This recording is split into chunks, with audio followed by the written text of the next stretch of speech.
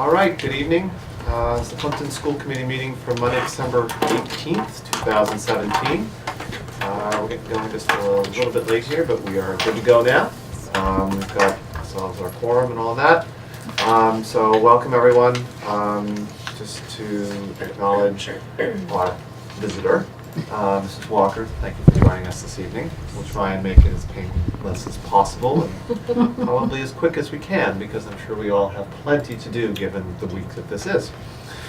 So first on the agenda after that is the approval of the minutes for November 27th.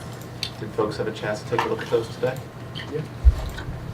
I'll make a motion to approve the November 27th minutes. Second. All in favor? Aye. Okay. No correspondence in the town mailbox. No. Anything on your end? No.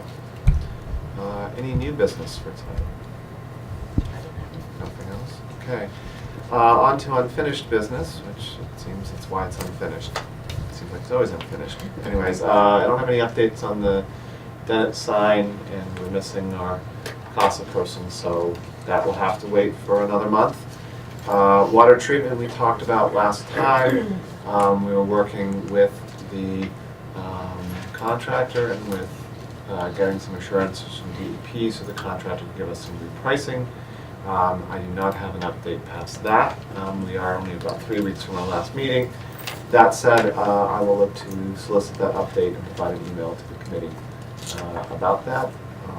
Again, my goal would be to be able to, at our January meeting, move this along.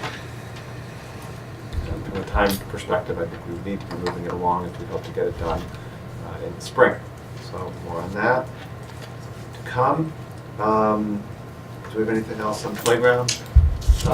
Peter and I, after our last meeting, just discussed moving forward again with some preliminary details, maybe getting some more site visits and maybe some scale map drawings rendered for us as we move into next fall, if we potentially are looking at funding sources. But again, we held off on the playground largely due to the fact that we had the question mark about the water treatment plant. And as this is coming to a close, we're now ready to start moving forward. And again, my hope would be that we can sort of have a final decision on water treatment for the January meeting, at which point that would be a good time to start figuring out what next steps are so that we can meet those other deadlines. Okay. For standing committees, administrative review, there was a meeting on the December 14th. Mm-hmm. We met on the 14th. We reviewed the 2 administrative contracts, the SPED and superintendent. We're still going through them. Everything's moving along fine. There's no problems. We're meeting again on the 18th of January, and we should be almost all. I would imagine we got to be almost all set for that meeting, because everything's going to be done by February. Mm-hmm. So, and like I said, everything's moving along. It looks good. There was one thing that was talked about. I know it's not on the agenda, but it might be something we want to have put on our next one, which was changing our meeting schedules. It would be through the whole district. It just wouldn't be for us. So I would imagine it would have to go through a Unit 31 vote too. It's just condensing it down a little bit, just to kind of help everybody out, committee members and administration. It would mostly go to probably about 7 meetings the entire year, unless there was budget issues or negotiations where you had to have more meetings during the course of the year. For the school committees themselves, or Yes. for the school committees, Okay. but all collectively, all together, just not one committee. It would be everybody. But I mean, we could put it on the agenda. We can discuss it more because we have 2 members that aren't here. I just wanted to let everybody know that was a discussion at that meeting. So I shared with the committee, yeah. I shared with the committee, I had been given a copy of Old Rochester's, which is the exact same setup as us. They have a region and then 3 separate elementary committees. And they moved last year, they started January of last year as a trial, and then voted to do it for this year, every 6 weeks. So they set up a schedule where they meet every 6 weeks, and then the chair is usually the one voted to sign the warrants on a monthly basis, which you can do now. They've found that the committee members really like it, and certainly the administrators appreciate not having quite so many meetings. So I actually have a copy of the old Rochester schedule, which I could share with you, and I just had brought it forward as a thinking process to see what people thought. But we usually take August off, but with this schedule, it certainly lessened the numbers of meetings. So I'd be happy to forward that to you if you like, and you could look at it and see what you think. Okay. Yeah, and then let's put it on the agenda for discussion. Yep. Yep. Okay. Nothing for negotiations, nothing for Union 31, though I Not yet. think we will have a meeting in the near future, right? PAC. I was at PAC.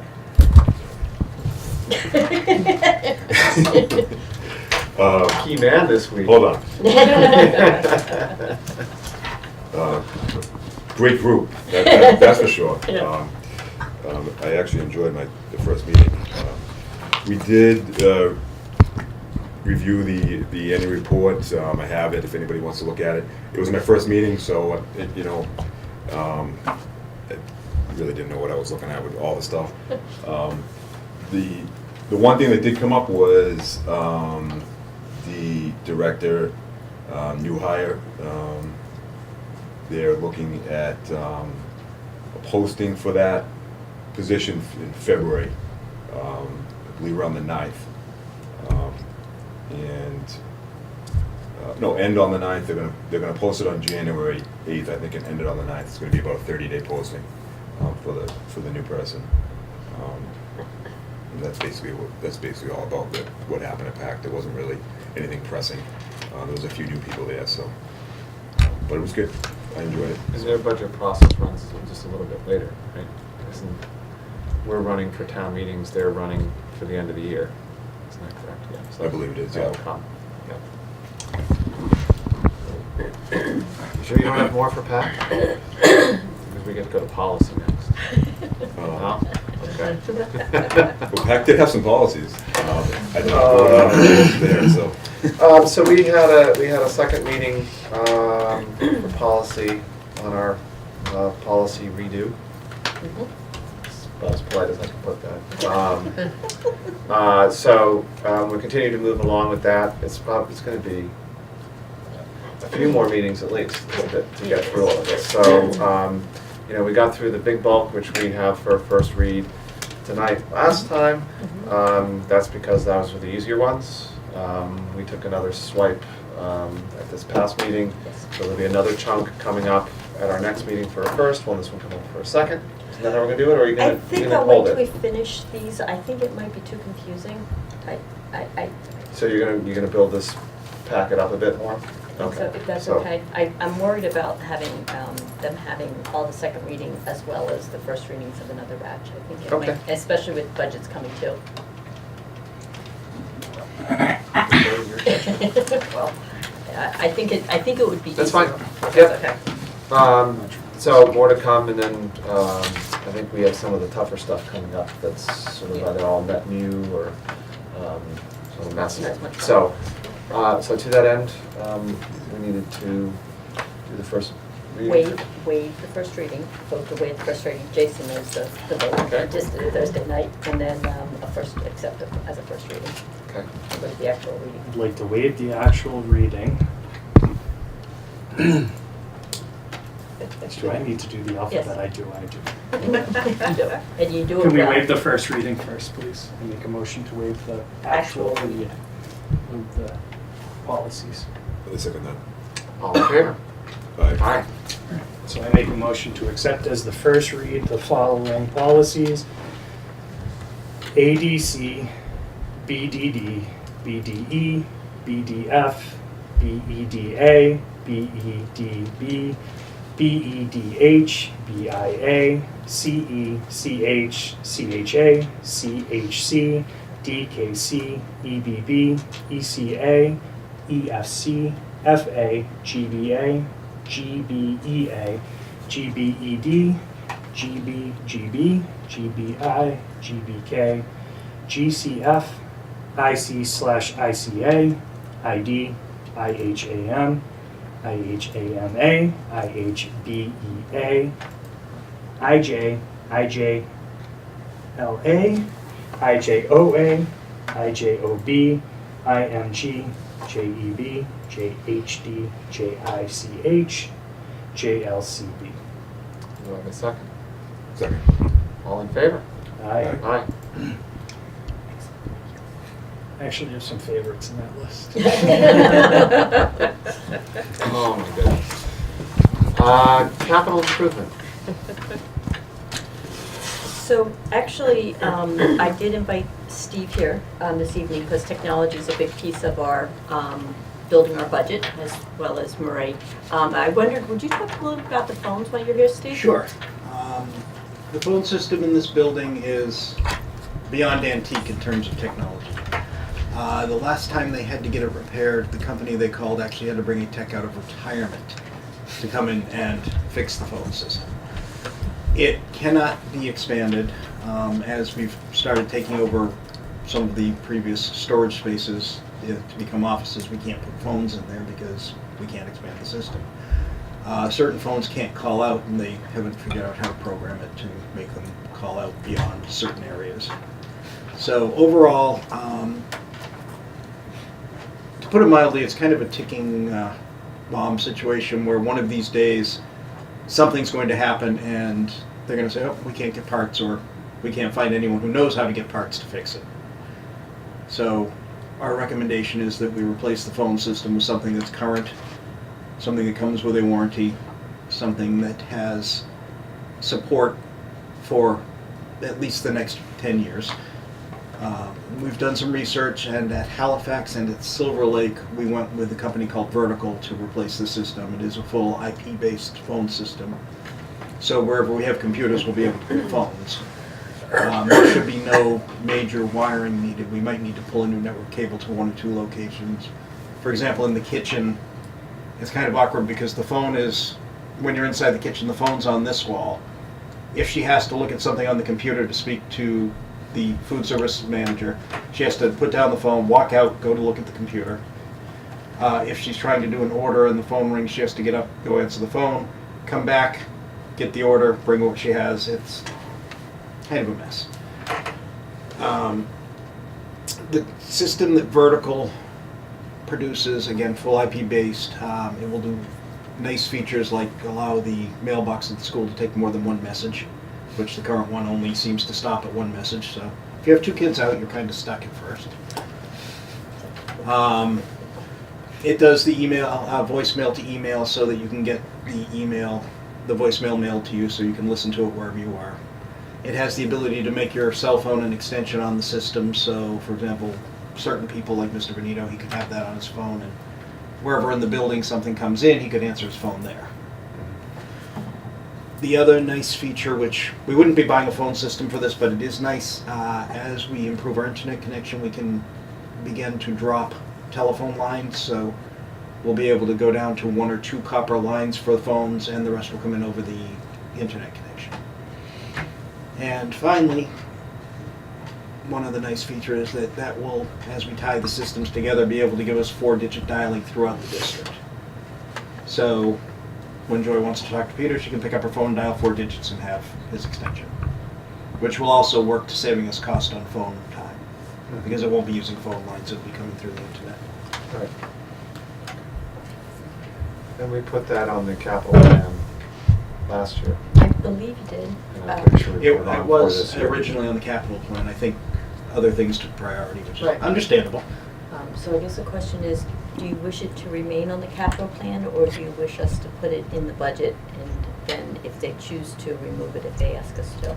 They will ask us to remove it. It's going to have to be a warrant article. I don't even need to. Okay. since it's a one-time capital purchase, they're gonna want to have a warrant article for it, and likely they're gonna fund it out of, or want to have the flexibility to fund it out of the capital account.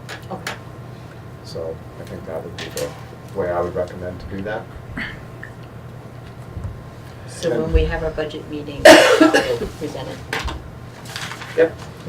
Yep, I mean, it should be part of all of our planning, and it will, we will be getting, I'm sure, a request in the very beginning of January, which we'll talk about at our January meeting. We'll have the capital, again, this year's update, the capital plan will be there, and this will move from, the year ahead to this year, Okay. is what it should do, because I'm pretty sure we put it on for a year out. And so we have a good understanding of potential costs for that, Steve? I believe when we got the quote last time, it was in the neighborhood of $30,000. I will reach out and get an updated quote though. Yeah, we'll want to have that, and we'll want to make sure we have a little bit of a buffer in that too. You have experience with that? Would you like some salt to rub in that? Sorry, could resist. Okay, no, and that, I mean, I think we were, certainly, I know we had talked about it last time, and this is certainly a thing that had to be done. Absolutely. One of the things that we're trying to do, just so you know, Steve, is since the town is doing 5-year capital plans every year, is we're really trying to get things onto that before we pull the trigger on them. Life doesn't always allow us that, but in as many places as we can. So, and I know sometimes it's hard, even from a technology perspective, to think 5 years out. But even if we're able to think 2 or 3 years out, that's where we want to get it on there, so that we're sort of being the good citizens and trying to make sure that we can give as great a window into one-time expenses that we can. So I appreciate the work on that. Any other questions on that piece?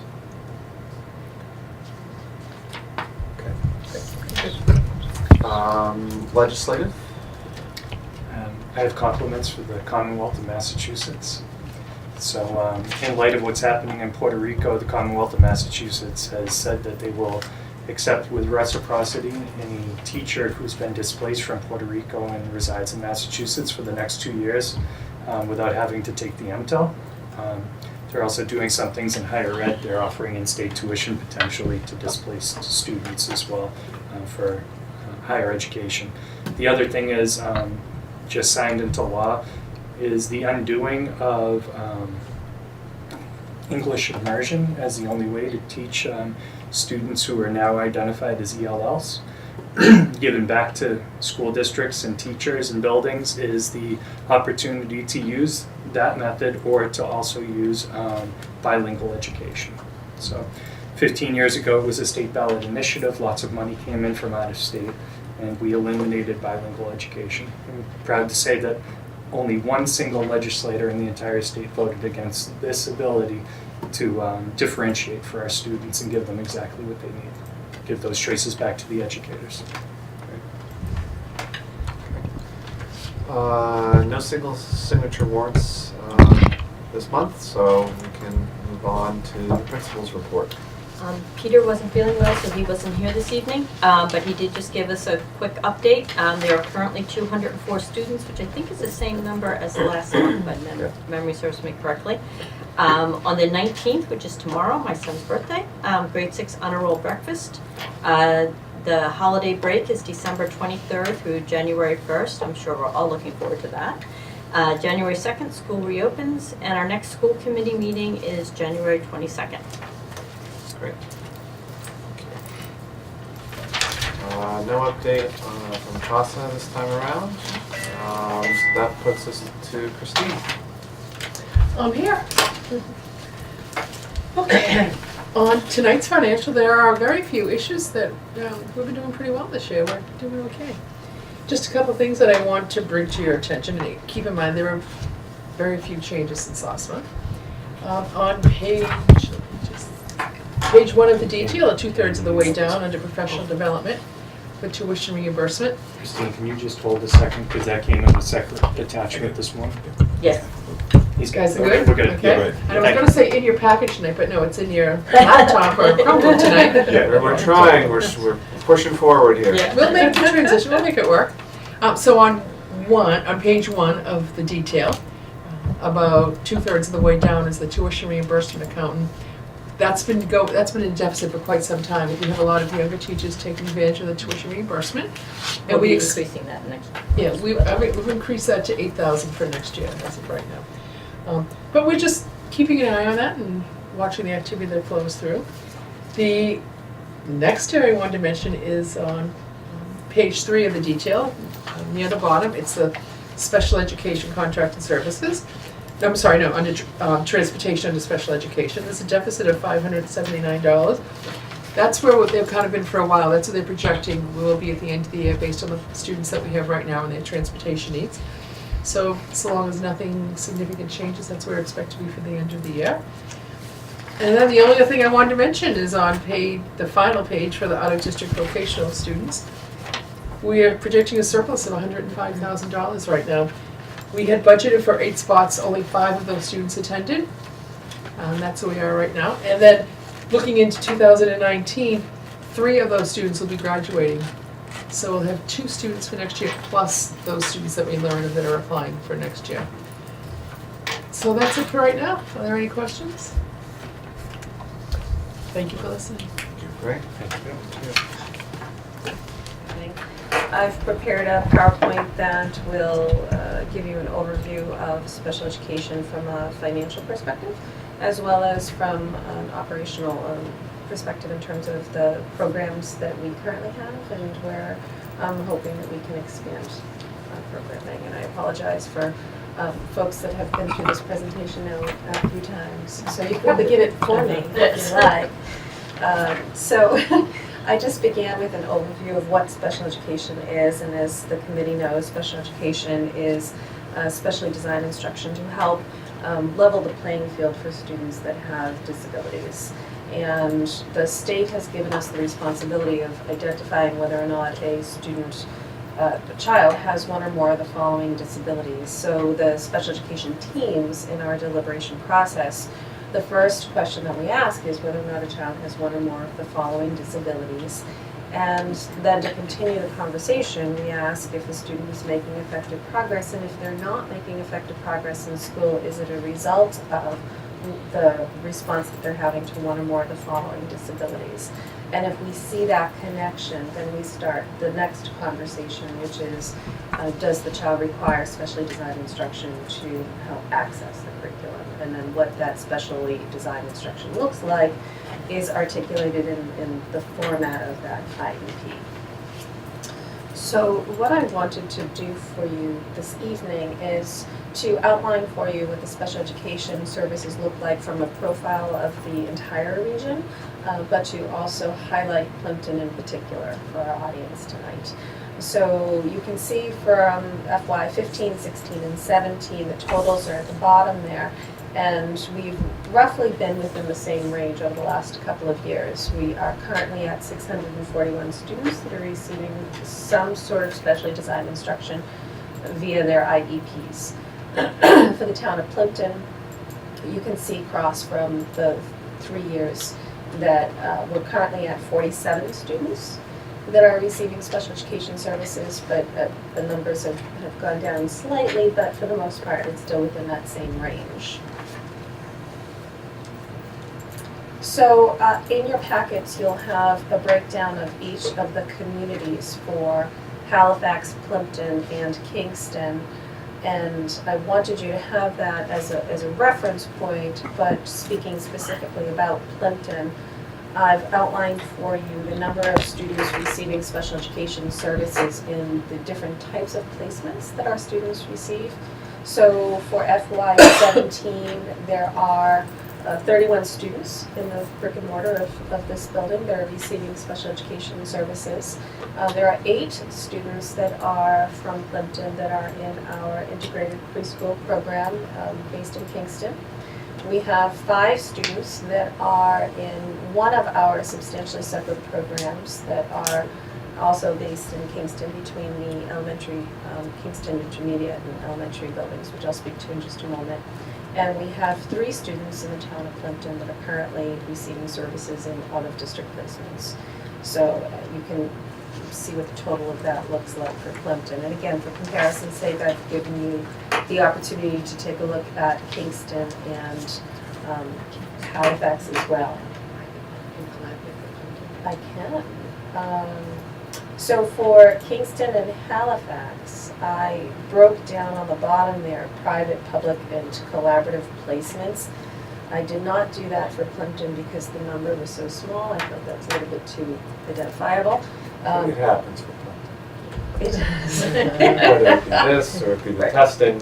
So it does, We're kinda absolutely. used to it. I just It's didn't a want you to little think too- she forgot to do Plympton. No, I figured that was exactly why. So, thank you. But yes, so there, I did draw a comparison from FY16 to FY17 in terms of the number of students that are placed in private placement versus public school placement versus a collaborative.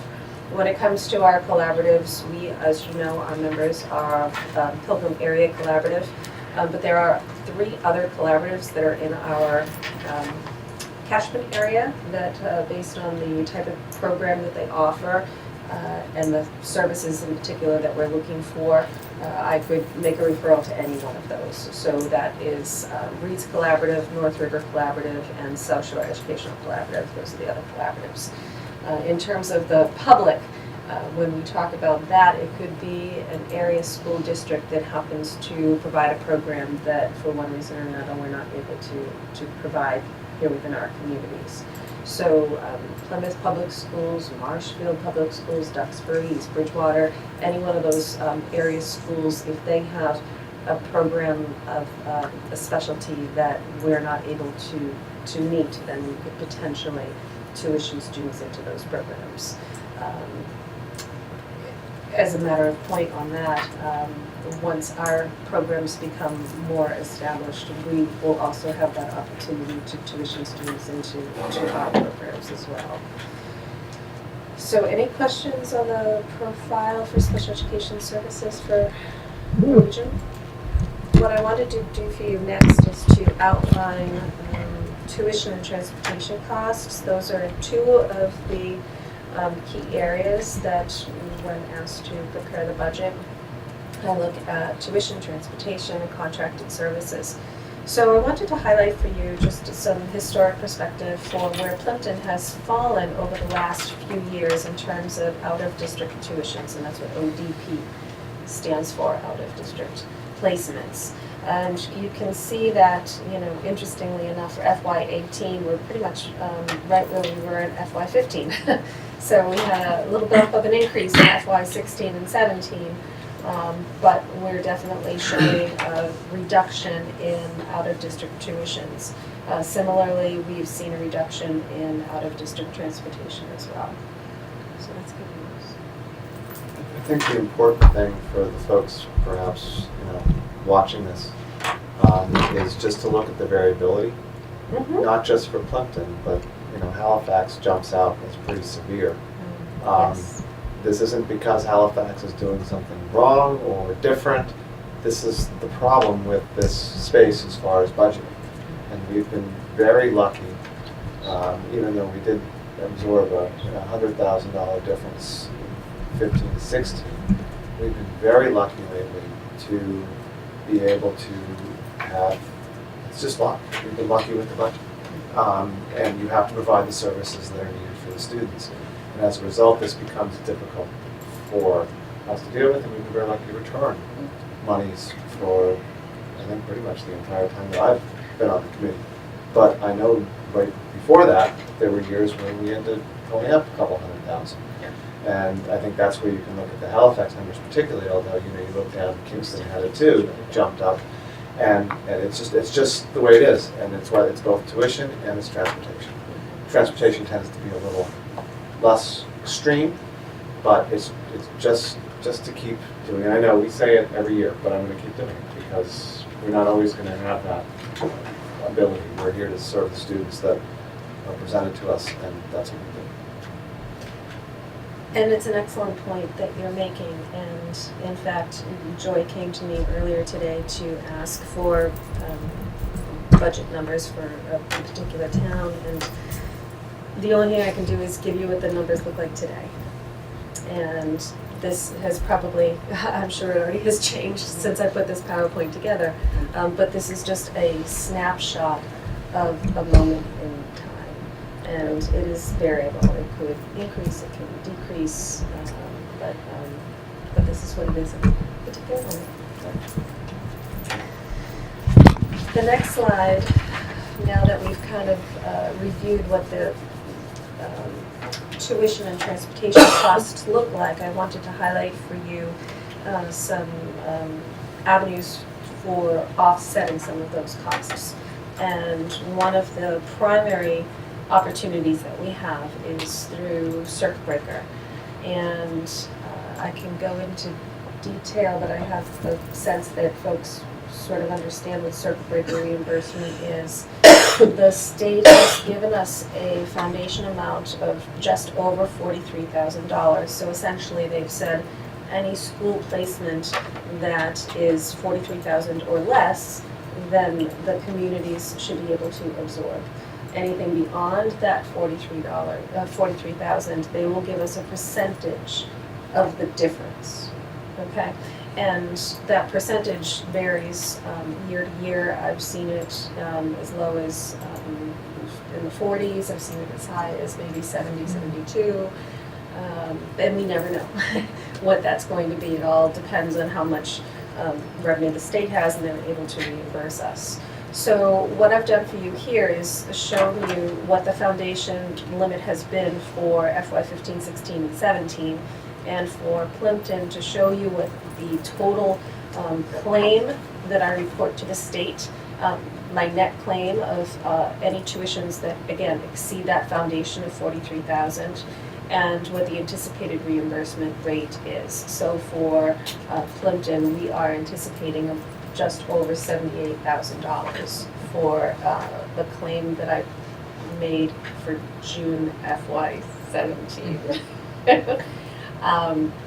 So, and that money goes directly back to offset the out-of-district tuitions. Okay, any questions on the circuit breaker? So the next couple of slides looks at the grant funding that we receive from the state and how that has looked historically for the last couple of years. This one is the largest of all the grants. This is our 240 grant, and the state identifies to us what the allocation is per town. So you can see for the town of Plympton that we have just under $52,000 for this particular grant. And the way that we've identified the best use of the funds is to put this toward special education paraprofessional salaries. So students are paraprofessionals that are working directly with our special education students. That $52,000 goes to help support the salaries for those paraprofessionals. And you can see the total allocation is just over $1 million. Okay. The next grant is Grant 262, which is targeted for our preschool population, so for children ages 3 through 5.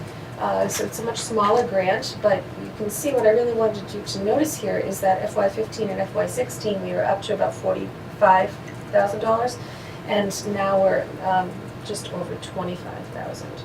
So if that is any indication of where we're heading, I think that we're going to continue to see perhaps a reduction in the funding for this grant. Why does somebody come into Silver Lake for that? For the regional preschool. Oh, okay. Great question. The next two slides are very depressing. This is our 274 grant, and that targets professional development for our staff. And you can see for the previous 3 years that we've had roughly $30,000 to help support professional development opportunities for our teachers. And this year, the state just did not have any funding to share with us. So That's a nice way to say it. They chose not. Incredibly polite. That's what they do. I try. I'm sure you'll get the same politeness on the other side of the table. So Similarly, I already made my phone calls. Grant 298 is also a professional development grant targeting our preschool age population. And this grant is also one that was not renewed this year. It was not, no funding opportunities were available. And again, it's interesting to note that in FY15, they allocated $20,000, and for the 2 years following that, it was just under 6, and now there's Zero. now it's 0. Yes. Because So, professional development is not important to the Commonwealth of Massachusetts. so Teachers need to learn. the next few slides are show you the profile of the various programs that we have throughout the region. I've shared with you before, we essentially have 3 different types of programs that we can share with our students. One is our Developmental Learning Center at the high school level. It's called the GOALS program, and that targets students with intellectual impairments, neurological impairments, students that are on the spectrum of ASD or significant developmental delays. We have our Structured Learning Center, which is designed to target students that are needing some additional support from a social emotional perspective. And we have our Language-Based Learning Center, which is designed for students that have a very unique language-based learning disability. So we are very fortunate in our region to have the Developmental Learning Center that have a continuum that is started in our preschool, in our integrated preschool. We have also a program at Kingston Elementary and Kingston Intermediate, and students from Halifax and Plympton have the opportunity to access those programs.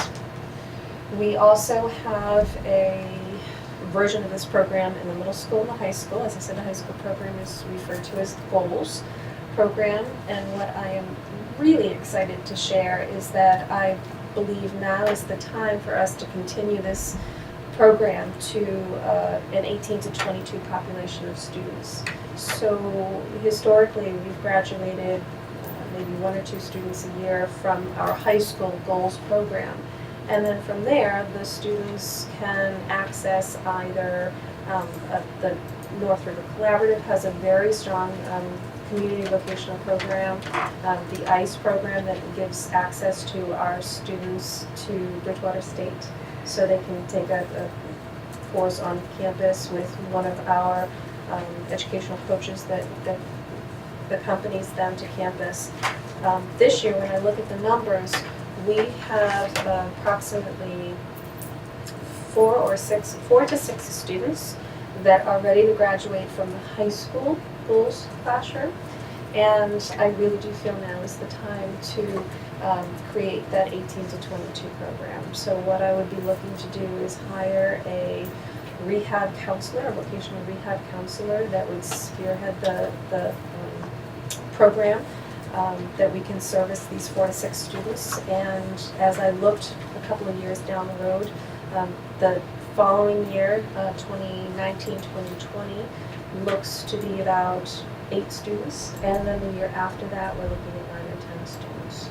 So I really do feel now is the time to extend our programming for the Developmental Learning Center to capture this 18 to 22 age population. So, Marie, philosophically, I love what you're doing, but fiscally, can you explain how much we would actually save by hiring a person in-house to service these children versus sending them to the North River program? Absolutely. So the North River Collaborative program is phenomenal. I am a true believer in everything that they've done for our students. And it's still an option. It's still an option.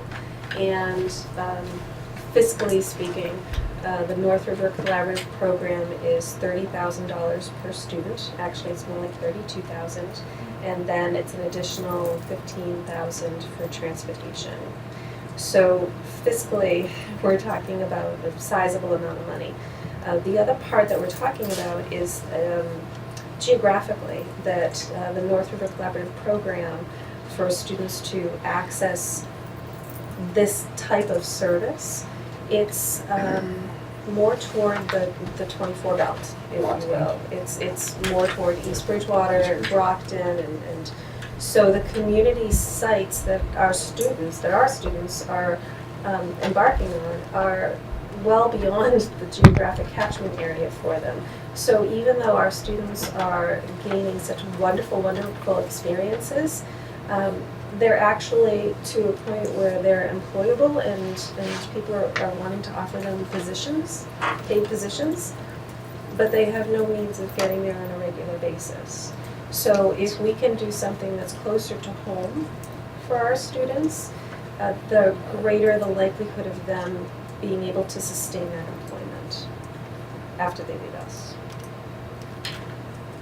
Proximity is the most predictable element of relationship. Right. So what do they do now? We don't have the program in place, so what are they just staying home?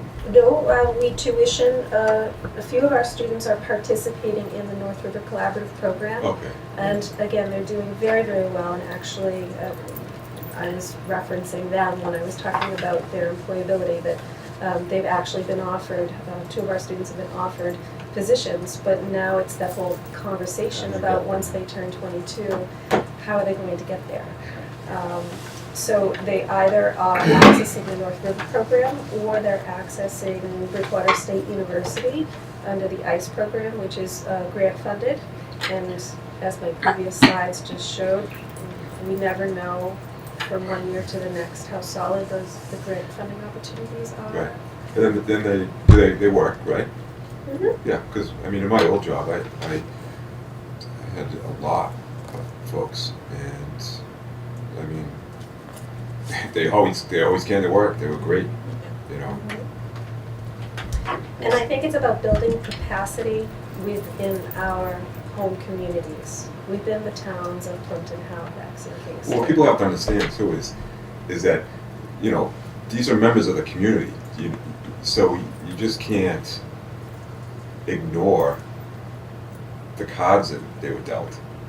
That's how I look at it. I mean, you need to help. But I think the added benefit though is by being able to have this in-house, we control more of it. Mm-hmm. And we have hopefully a better chance of success at age 22 because it's a lot easier for them to get to Kingston or even Plymouth than perhaps it is to get over to Brockton. Correct. And it's much easier to arrange rides with different folks, whereas if you're going and there probably aren't that many people that are commuting across the 24. People are commuting north, people are commuting west. Mm-hmm. You know, and so if you're able to do something that slots more up Route 3, you have more chance that someone can, even if they work in Boston too, they can go and they can take a train from a different train station to do a drop off. And because that piece of it is where you have to sort that.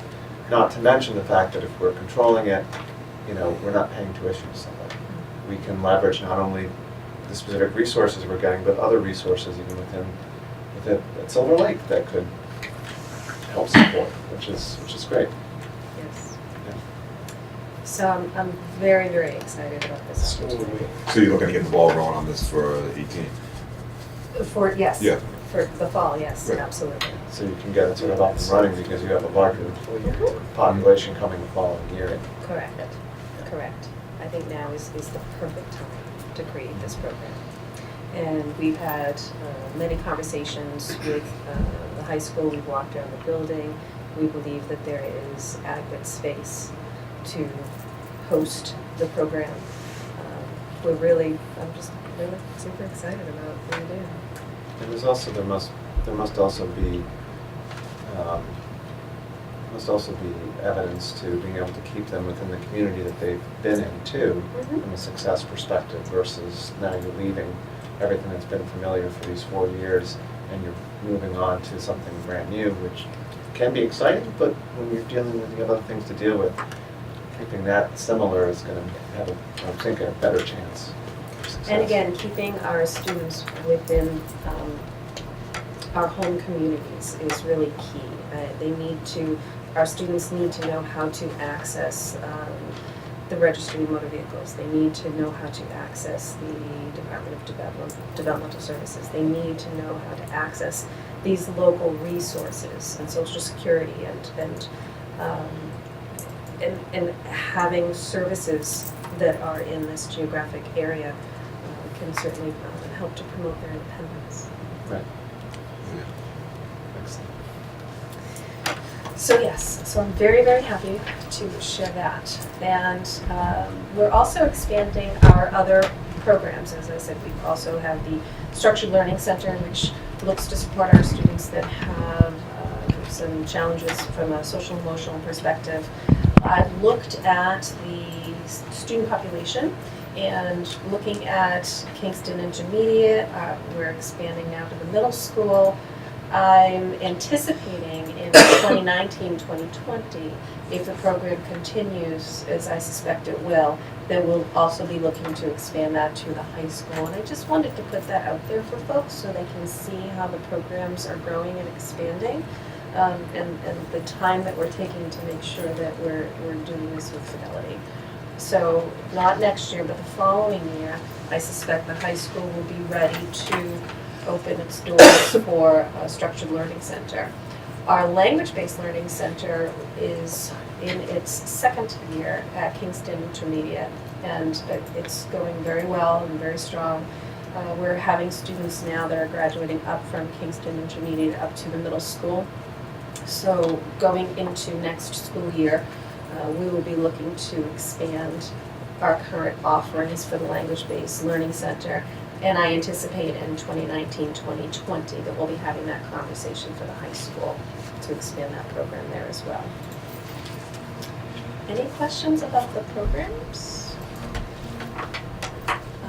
That's really the bulk of my presentation. When I looked back at the presentation that I shared with you last year, it was really nice to see that when I looked back at the goals that we've collectively developed for the special education department, that we're really right on target with everything that we've been talking about.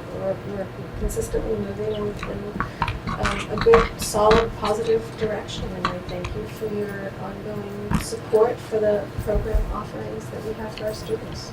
Thank you. Thank you. By saying that you're meeting your goals, you're being extremely humble because your goals were lofty and had vision, and the fact that you've attained them and you keep pushing forward is a testament to your professional attributes and all the dedication you put into the students at Silver Lake and Plympton, so thank you. I would agree wholeheartedly on that. But I'm going to come back again. That this is about what's right for the students. But this is also the best way we have to try and have some control over the variability. And it doesn't mean we can control it, but it is easier for us to control things when we have a say. Exactly. And when it's in-house, we have a say. But again, you still go back to the basis of this, and it's about what's right for the students. And having these extra options, I think, is really excellent. I think it's the type of things we had hoped for when you came on, and it's great to see them bear fruit. So thank you.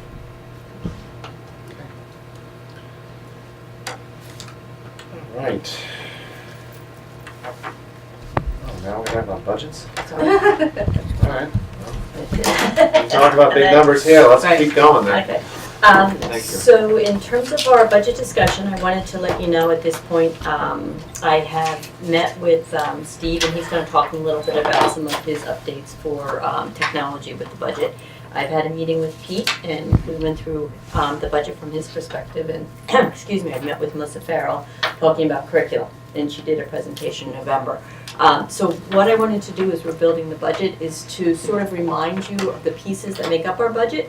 Curriculum is a big piece, and that's our textbooks and those line items, and Melissa talked about that in November.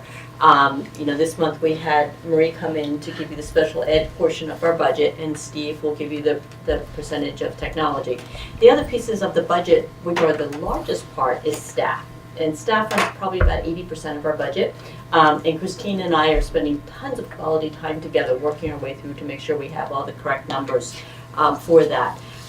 When I met with Pete, I wanted to let you know that Pete has put together a very nice budget. We are not asking for any additional staff. We feel very comfortable with the staff we have in the building. We've talked a little bit about the capital projects. You're aware of those. It's basically the telephone, the playground. We're aware of the parking lot issues. You know, we also sort of have the roof on the horizon, but we don't know an exact time frame yet until we get that assessment. But that's sort of out there kicking around. You know, we still have the sort of the ongoing maintenance of the building as the building is aging a little bit. We still sort of have those ongoing tile issues. I actually was walking around on Friday and parts of the floor are actually crunching. When you walk on it, it makes kind of a funny sound as they're sort of cracking. So Pete and I had some ideas, and we might try to look at what we might be able to do sort of now to deal with it, because they just don't seem to be holding up. We've had those issues at the townhouse too. Yes. So I don't understand why it's so difficult to make a tile and glue it down with, but apparently it is difficult. Apparently it is. We'll be bringing the budget together for January, so we'll be sending that out for you. But we're putting all those pieces together, and it is sort of a puzzle. I didn't know if you had any other questions or concerns or suggestions for us for the budget.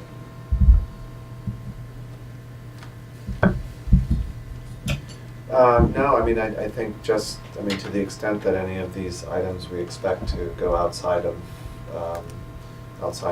sort of a regular maintenance part of the budget, we know the roof will. Yep. You know, any information we have to pass along, I Yep. think I would prefer to put that in there from a capital planning perspective.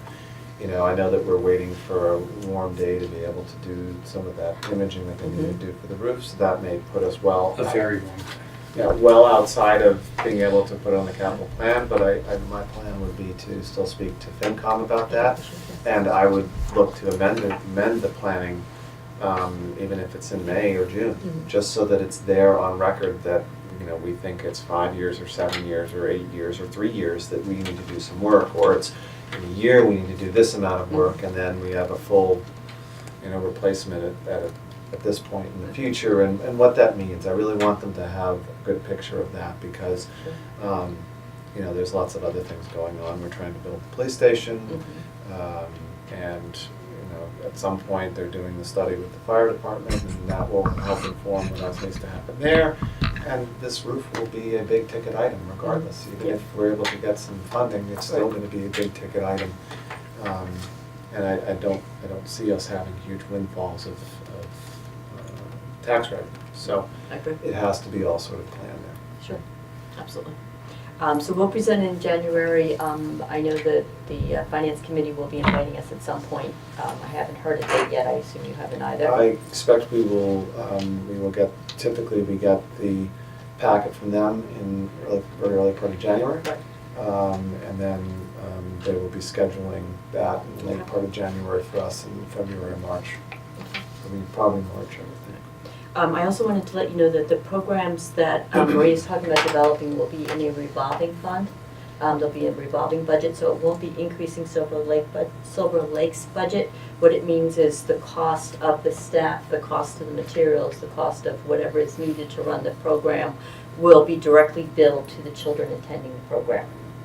So it doesn't increase the budget for Silver Lake, even though they will all be Silver Lake programs. And once it's like all the rest of the special education.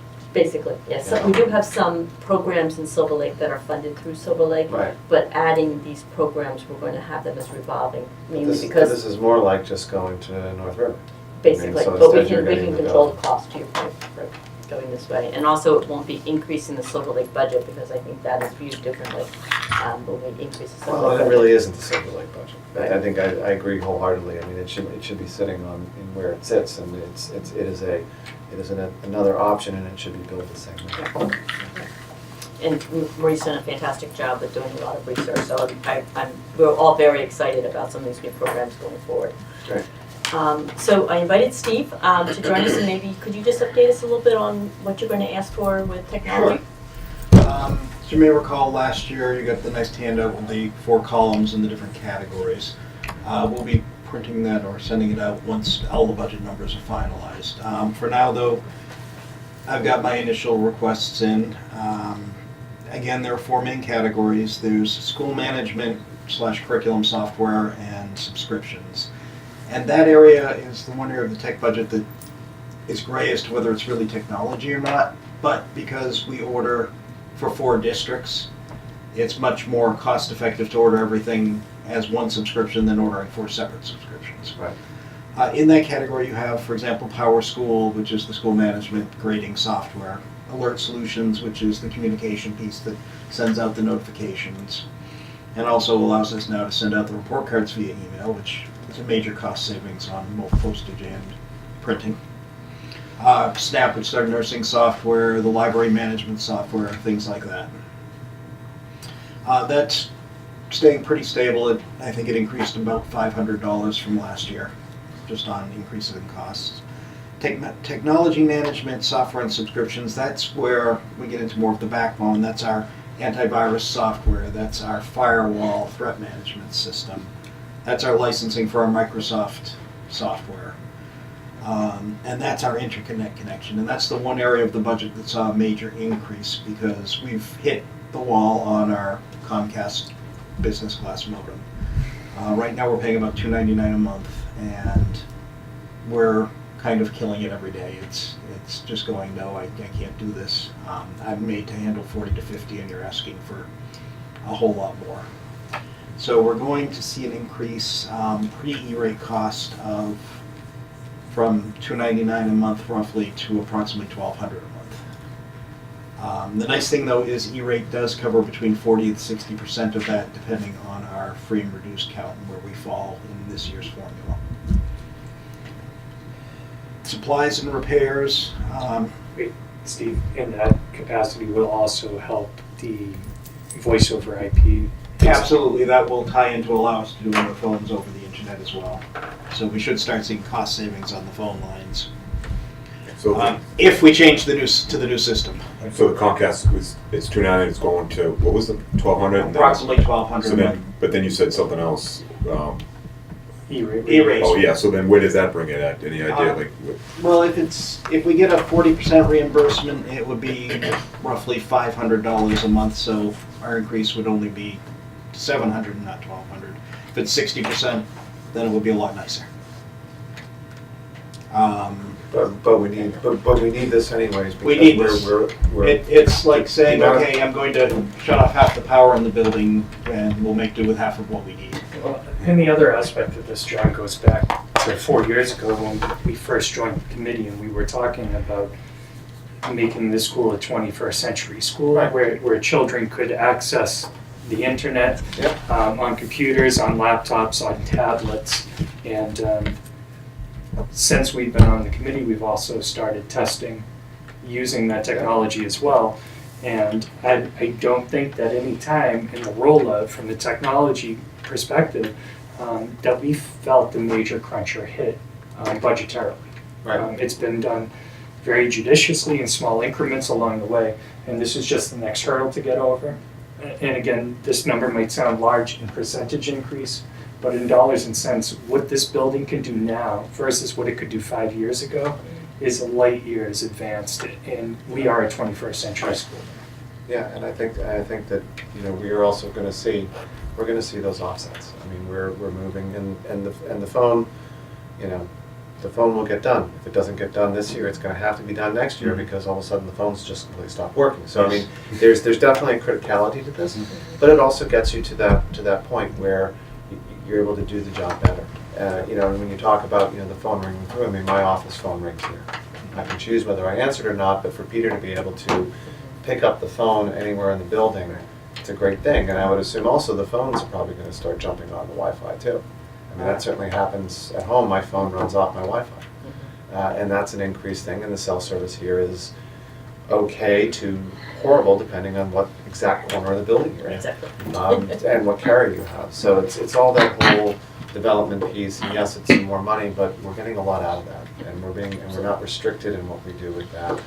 And we were able to do all of our testing without any issues online, thanks to the work that you did too, to make sure that, not only did we have machines in the rooms, but that we had the ability within the building to be able to deal with the signal. And so it's part of the progress. And I do think that's an excellent point to make, is that we did not have to go and say we need 50,000 to be able to do our testing. We've been able to do that in a measured approach, so thank you for that. And then, as I said, supplies and repairs, it's basically just parts that we need for accomplishing the repairs, different supplies, and also any equipment that we can't fix in-house. For example, if more than a bulb died on a projector, we bring in the company to service it. So far, we haven't had that problem. That's good. And then technology, hardware, and assistive technology. Assistive technology, maybe devices students need, such as an iPad for communication or things like that. Software, assistive technology software could be text-to-speech software that would read aloud for a student. And then we're starting on a replacement cycle on some of our oldest iPads and Chromebooks in the building.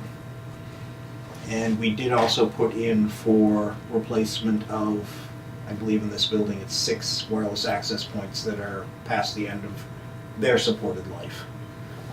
That will also be covered, should we get approval, under E-rate. They'll pay 40 to 60% of the cost of that. And overall, the technology budget is seeing about a $5,000 increase, and that's directly relatable to the internet connection. So basically a level funded technology budget. Pretty much. Well done. Okay. All right. So thank you, Steve. So the only other thing I had was I updated the organizational chart, which we sent to you, which has Mike Antone as the new PAC representative. And I know you had mentioned that you might want to make some changes, so I just wanted you to see where everybody was located currently. And if you want us to update it again, I'd be more than happy to. Just let me know what you'd like me to do. So, Mr. Chair, I'll take whatever Mike tells me to take. Uh-oh. So have fun, Mike. But I'm pretty sure you would like to give me policy and take that at least off your plate at this point? Yeah, that's fine. Is there anything else? No, the Union 31 one, that's not right, I don't think anyways. You are the Union 31 chair, aren't you? Yeah, but it's not on that way. Oh, it's just the chair of the Yeah, but committee you're the has chair. to be on it. The chair of the Okay. committee has to be on it. Right. You can't give that one up, but No. in admin review is, you're covering a couple of bases with the Union 31 being on admin. Yeah, we're already into that anyways right now, so. Policy's fine. Policy? Yeah, sorry. Okay.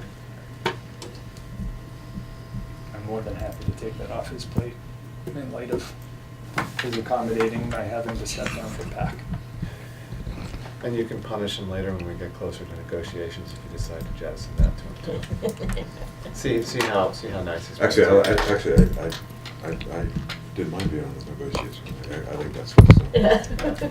Well, this is a quiet year, This is a quiet year. so. That'll They're be easy to different, work it'll be with. different, it'll be, who knows what'll be, who'll be sitting in the seats. Exactly. Yeah, this is just for this year. So, okay, We so. can barely fit the 3 seats right now, you guys. Let's not even talk about that. Yeah. Come on. So do we need to vote on this? No, just good is good? I don't believe so. Okay. No. I Everyone's think happy, PAC so is the good. only one that has to be voted on. Okay, excellent. And that's it, right? That is it. We have no executive session, No need. none of that stuff, so, thank you, everyone. Before we finish, though, I would like to do 2 things. One, I would like to thank Steve very much for helping out the town. If folks are in the large meeting room there, they'll notice there's a little machine that looks a lot like that, sitting up there with a big whiteboard, to allow the town to be able to present information like we did here tonight at meetings like this. So thank you so much for lending your time and your energy to that. I know it's been very much appreciated by the Board of Selectmen, and I just wanted to acknowledge that here. Second of all, I would like to wish all of our viewers out there, as well as the committee and administration, very happy holidays. May may you be able to take a nice deep breath, enjoy some time with family and friends. It'd be great. So to that end, I would look for a motion to adjourn. So moved. So. All right, thank you and good night. See you in January.